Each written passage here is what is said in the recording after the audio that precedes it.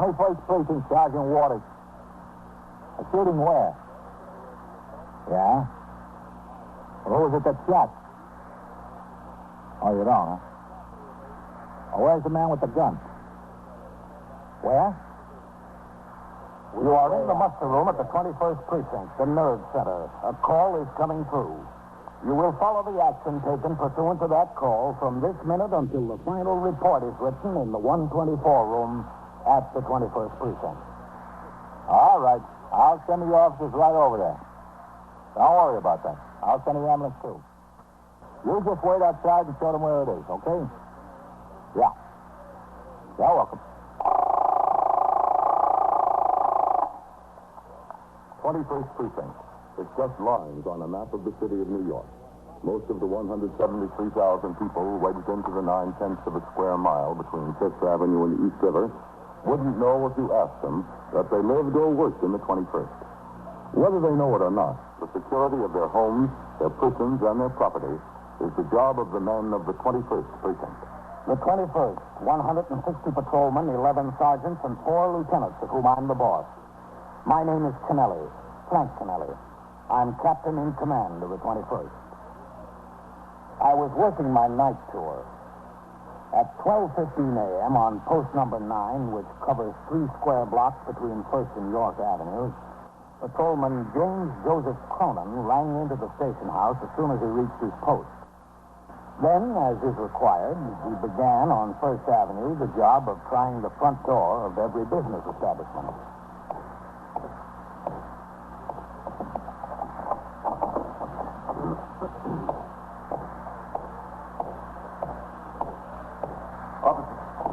Hey, policeman. Yeah. What is it? You better come down to the Bronx Grill there. What's the trouble? Some guy got shot.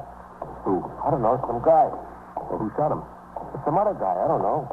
Were you in there? Yeah, I was in there. I didn't pay no attention, though, until I heard the shot. Bang. Like to have jumped through the ceiling there. When did it happen? Just now? Yeah, just now, a minute ago. Less. Where'd the man go that did the shooting? I don't know. He ran out the door. You see which way he went? Look, he was the guy with the gun. I wasn't too curious about chasing. In there, right in there. Okay. There, right back there in the booth. I was sitting at the bar there. They were talking to Jerry. That's him, the bartender. Who is he, Jerry? What? Oh, hello, Mr. Cronin. It's some mess, huh? Something I got here. Who is he? I don't know. I've seen him around. I call him Mac. Everybody calls him Mac. I don't know his full name. He was with him. What's his name, miss? I don't know, Officer. Mac. You were out with him tonight. Don't you know his name? I met him in a bar over on 2nd Avenue. Mac, that's all I know. I don't even know that. What do you think, Mr. Cronin? You think he's had it? They don't look like any spark of life in them to me. I'll get an ambulance over here. I called, Mr. Cronin. I called into the police department. I've got to call again. You do? They said they were sending the cops in an ambulance over here. Patrolman Cronin, 21st Precinct. There's a man shot and it looks like homicide at 3646 1st Avenue. In a bar and grill. Yeah. That's right. Okay. Oh, would you connect me with the 21st? Thanks. I didn't call the precinct, only the headquarters. Hello, Sergeant. Patrolman Cronin, post number 9. There's a man shot and it looks like a homicide in the bar and grill, 3646 1st Avenue. Oh, yeah? Yes. Okay. Yes. Well, I had it. Well, I told him. Well, now, what happens now? What's your name, miss? Anna. Anna Voorhees. Where do you live? 735 East 92nd. Hey, Jerry, can you turn that jukebox off? Oh, yeah, sure, Mr. Cronin. Right away. I'll do it. You never saw him before tonight? No, I never saw him. I was in that bar over on 2nd Avenue. Oh, what bar is that? Oh, you know the name of it. Who introduced you to him? Nobody. We just got to talking, and then he invited me to have a drink. What's your name? Joe Hank. What? Hank. You didn't see what happened? No, I was drinking beer at the bar with my back turned this way. Oh, talk, Mr. Cronin. Thanks, Jerry. Was there anyone else in here when it happened? No, just them back here in the booth, and Joe was at the bar. Yeah, I was at the bar. I didn't see nothing. My back was turned. Isn't that right, Jerry? I was talking to you. Well, where did this man with the gun come from? Well, he came in the front door, Mr. Cronin. You get a look at him? Sure, I got to look at him. I got to look at him when he came in. Instead of coming to the bar, he headed back there to the booth. Did he order a drink? Didn't have any time to order any drink. He didn't sit down. Just walked there to the group where these people were sitting.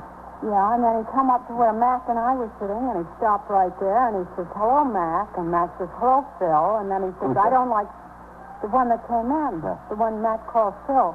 He said, I don't like what you've been doing, Mac, the words to that effect. And then he just pulled out a gun and he shot him. And I was sitting right there. I was sitting right across from him. He just pulled out a gun and he shot him. How you like that? Ever see this fellow Phil before? No, I never seen him. Where would I see him? You know him, Jerry? No, I can't say that I do. And you know me, I'm pretty long on faces. How about you? Well, I told you my back was to him. I was sitting at the bar there drinking a beer and talking to Jerry. Huh, Jerry? What do you think? Think he's dead? Sure don't look like he's breathing. I don't see him breathing. Who's that? Cronin? Yes, Sergeant. Cronin. What do we got? A shooting. Did the call come through ambulance responding, Sergeant? Yeah? He don't need no ambulance. He needs a hearse. What do these people got to do with it, Cronin? They're witnesses. This is Anna Voorhees, Sergeant. She was with him. Mr. Joe Hans, he was sitting at the bar. And Jerry Gerard, this is his place. All right, Jerry. You better get down behind the bar there. Yes, sir, Sergeant. Behind the bar. And you better get over there with him. Oh, me? Yeah, you. Okay. Right where I was sitting when it happened, is that all right? Yeah, that's fine. And you sit down right here, miss. Do I have to stay so close to him? Just sit down. All right. The only name any of these people know him by is Mac, Sergeant. She said she met him in a bar over on 2nd Avenue tonight. They came over here for a drink. Then a man came into place, walked up to the table. Mac addressed the other man as Phil. Phil pulled out a gun, shot him, and walked out the door. Was there any provocation, miss? What's that provocation? Did he threaten him? Oh, no, he didn't threaten him. Did they have words? The only words Mac said were, hello, Phil. That's not provocation, is it? No. I don't guess it is. Within a few minutes, an ambulance from Metropolitan Hospital arrived, and the victim of the shooting was pronounced dead by the ambulance surgeon. Within 20 minutes, a deputy medical examiner had arrived and completed a preliminary examination. Before the body was removed to the morgue, it was fingerprinted by a detective from the homicide squad and searched by Patrolman Cronin, the first member of the force on the scene. All personal property, with the exception of clothing, was removed from the body to be taken to the station house and turned over to the desk officer. How about his back pockets, Cronin? Yes, sir, Lieutenant? Oh, wait a minute. Vitale, Yes, sir, Lieutenant. help roll him over so he can look in his back pocket. Yes, sir. Okay, I got it. Handkerchief. Comb.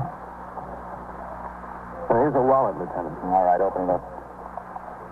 Any money? $12 in bills. 2 5s and 2 1s. Any cards in there? Yes, sir. Here's a union card. Oh, a Social Security card. What's the name? Frank McLeese. M-A-C-L-I-S-E. Here's a selected service registration card. Under the name of Frank McLeese. How old is he? Card dated 1946, Lieutenant. Well, he's 18 years old in 1946. What's the address on the card? 3722 Lexington Avenue. That address probably isn't good anymore, Lieutenant, 1946. Yeah. Well, here's an operator's license, Lieutenant. Motor vehicle? Yes, sir. What's the address on that? 821 East 80th Street, Lieutenant. Anything else in there? Yes, sir. Yes, Captain, over here. All right, Cronin. Go ahead and make your inventory. I'll look at the stuff at the station house again. Yes, sir. Get an identification on him, man? Yes, Captain. According to the cards in his pocket, his name is Frank McLeese. M-A-C-L-I-S-E. Resides at 821 East 80th Street, or did until recently. There was a motor vehicle operator's license with that address in his pocket. Mm-hmm. Did you talk to the girl yet, man? I'm going to right now.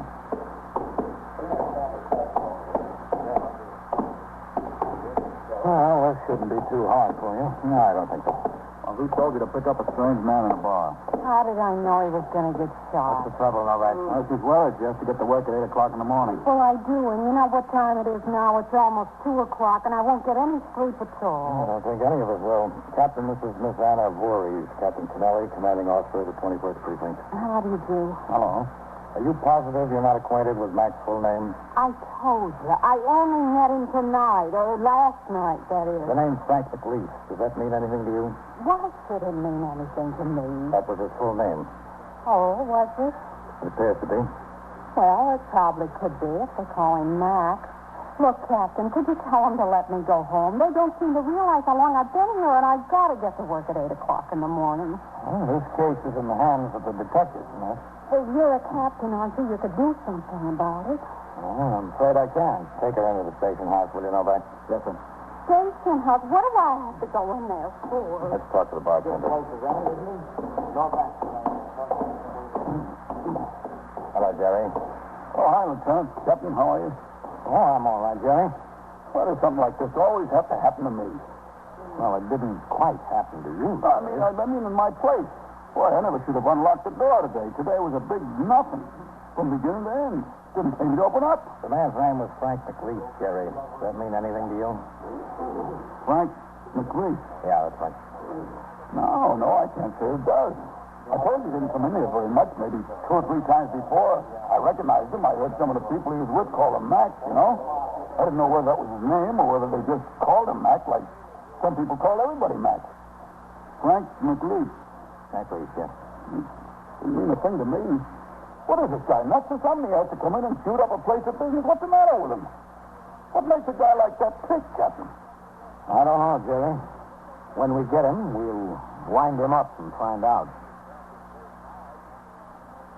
You are listening to 21st Precinct, a factual account of the way police work in the world's largest city.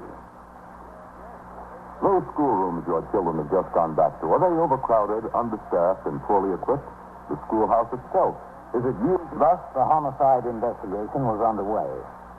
Detectives McInerney and Howard were sent to the East 80th Street address found on a card in the murder victim's wallet. The building there was an old law tenement. On a mailbox, they saw the name Frank McLeese. The super of the building admitted the detectives to the flat. There, they found little that would aid them in the investigation. The super knew nothing about his tenant, other than the fact that he lived alone and that he was once an employee of some dry cleaning establishment. Other detectives of the 21st Squad and of the Homicide Squad were busy trying to trace the killer, about whom they knew one principal fact. His first name was Phil.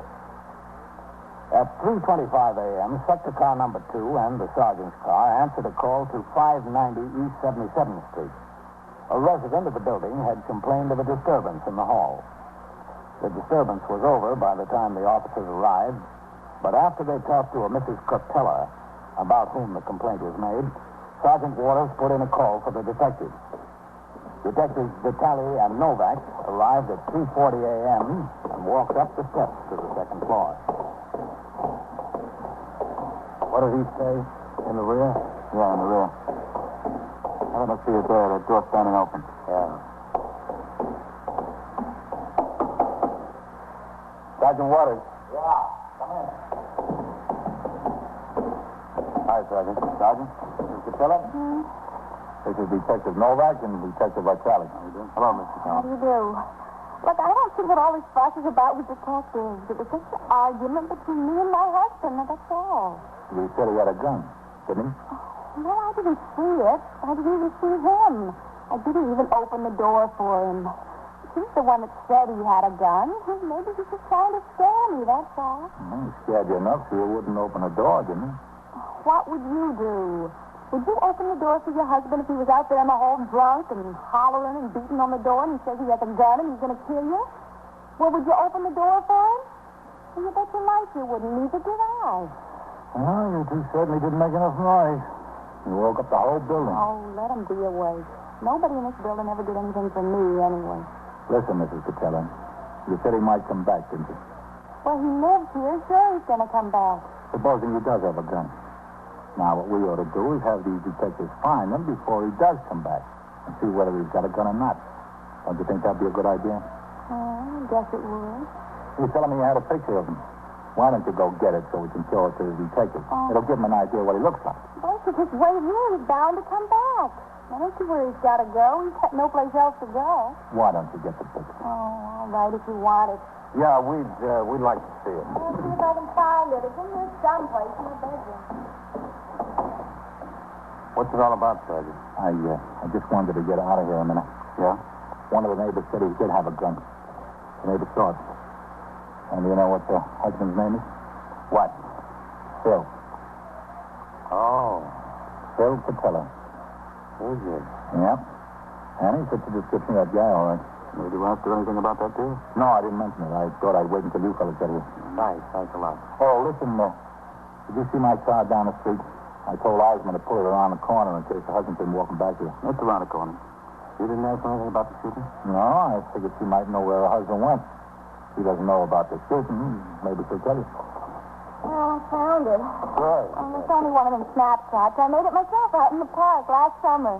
Well, maybe it was the summer before. I don't know. Well, look, there, you see? There's trees in the background. I made it in Central Park. About how tall is your husband? Oh, he's about 5'9" or 10, I guess. Has he still got that mustache? Yeah, he's still got it. He was a prize the way he takes care of it. I wish he'd shave it off. What's his first name, Mrs. Catella? Phil. How old is he? He's 26. He was 26 last June. Do you know where he got that gun? Well, listen, I don't know for sure that he had a gun. He only said he did. I didn't open the door to find out. There wasn't any reason for him to lie, was there? He could lie without a reason. And before he came up here with a gun, what time did you see him last? Well, it was about 6:30 last night. He came home from work, and I gave him some dinner, and he went right out of the house. He was pretty mad about something. I don't know what it was. He just went right out of the house. That gun he was supposed to have, did he keep a gun in the house? Well, I never saw it. If he had a gun, he must have got it someplace tonight while he was out. Where were you when he came home?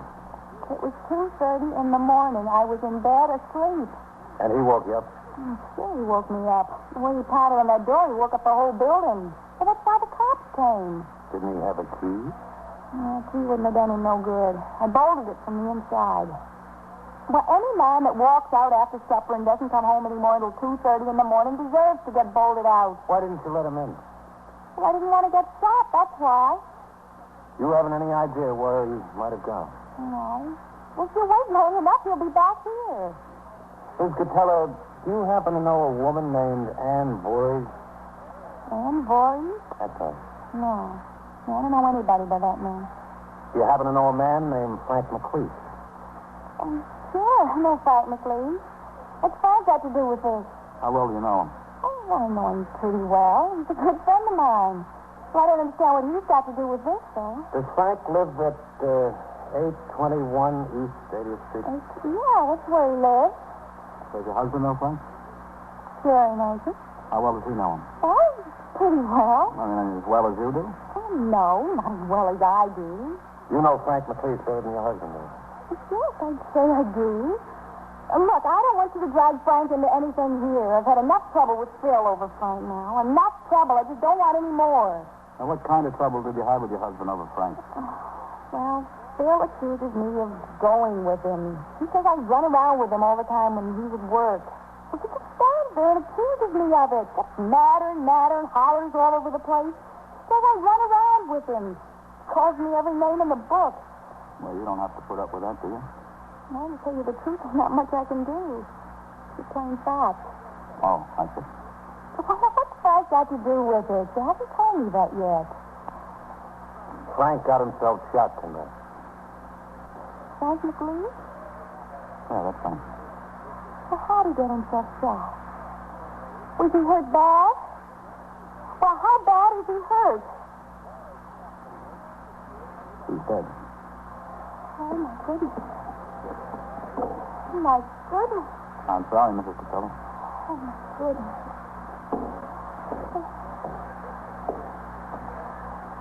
You fellas don't need me here anymore, do you? No, Sergeant. Thanks a lot. Oh, my I goodness. better get back on the job. Oh, poor I'll see you. Frank, my goodness. Yeah, That's awful. It's terrible. sure is. Oh, who shot him? Hey, don't tell me it was Phil. Phil had a gun, and Frank was shot. Had him up. What did they do? Did they have a fight? There wasn't much of a fight. Frank was sitting in his bar on First Avenue with this person I asked you about, this Anna Voorhees. He was. What was he doing with her? Well, he just met her a couple of hours earlier. Oh? Phil walked into the bar, said hello to Mac, pulled out the gun and shot him. Just like that? Just like that. Oh, my goodness. Hey, he's liable to come back here and shoot me. Oh, you know, I just had a feeling when I didn't let him in. I just had a feeling that he was going to do something like this. He had trouble on his mind. If he told you he had a gun, he must have had trouble on his mind. The detectives reported the information they had obtained to Lieutenant King, and he instructed them to remain at the place on a plant in the event the husband, Phil Cotella, did show up. 2 more detectives were sent over to the address to cover the outside of the building.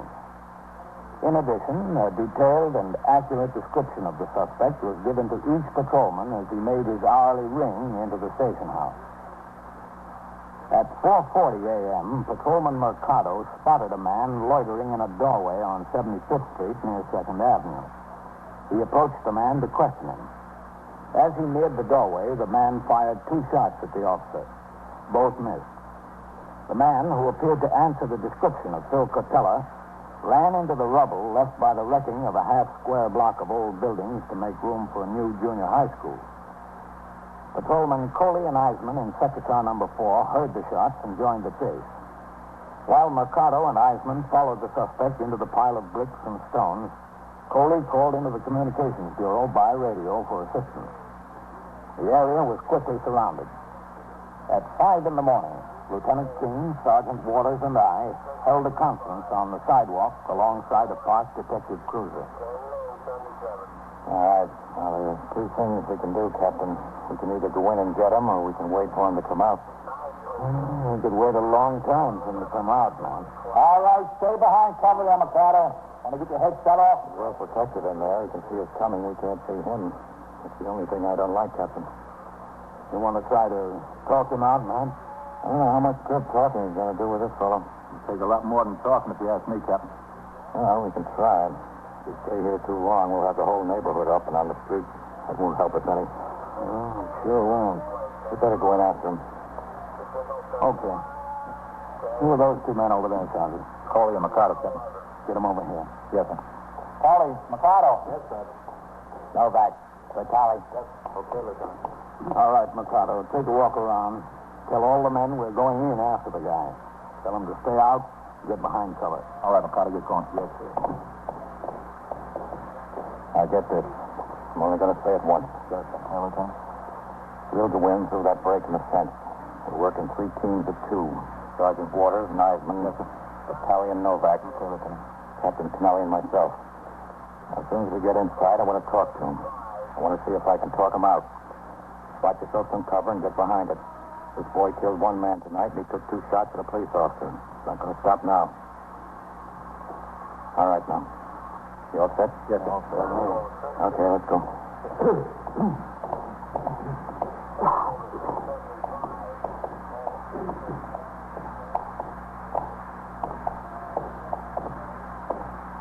Okay, hold it. All right. The captain and I are going to head straight for that pile of bricks. Okay, Captain? All right with me. Battalion Novak, over that way behind that stack of doors.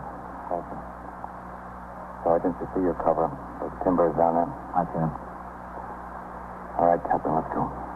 Okay.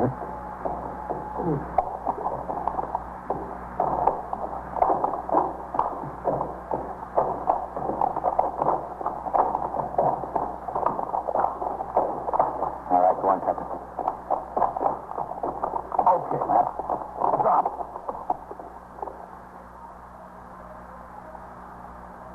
Vitali, you set? All set with that. Sergeant, stay low. Where do you think he is, man? We'll try to find out, Captain. Phil, what do you say? You had a big night. Want to call it quits? What do you say, Phil?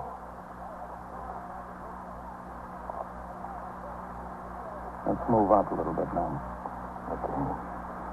I'll go ahead. You cover me. Okay, man. Go ahead.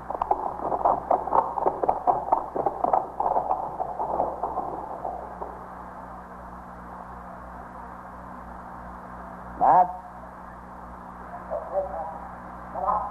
Come on.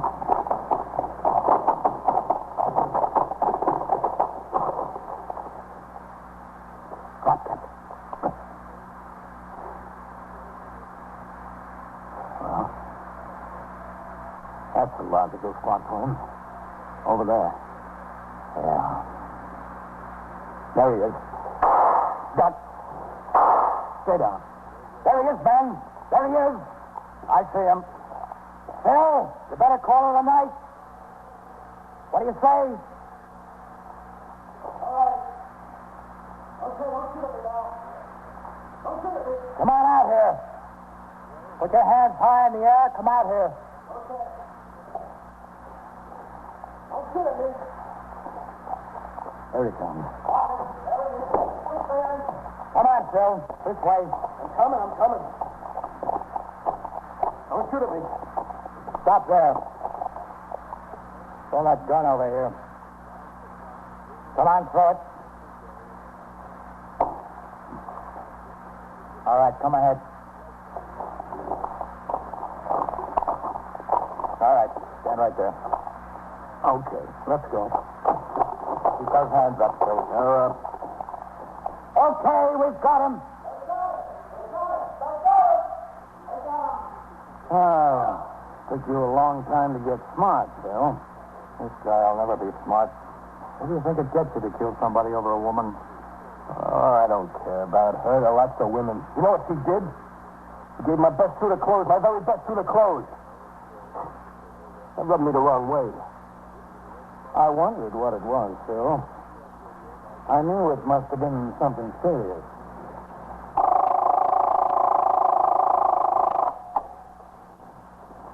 First Precinct, Sergeant Waters. Well, where's this? Yeah? Yeah? You hit a fire hydrant? Or is it damaged? Yeah? Really sprouting, huh? And so it goes. Around the clock, through the week, every day, every year. The police precinct in the city of New York is a flesh and blood merry-go-round. Anyone can catch the brass ring, or the brass ring can catch anyone. 21st Precinct, a factual account of the way the police work in the world's largest city, is presented with the official cooperation of the Patrolmen of the Benevolent Association, an organization of more than 20,000 members of the police department, City of New York. Everett Sloan in the role of Captain Kennelly, Ken Lynch as Lieutenant King.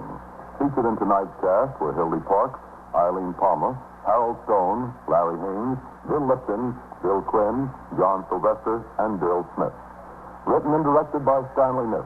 Produced for CBS Radio by John Ives. George Bryant speaking.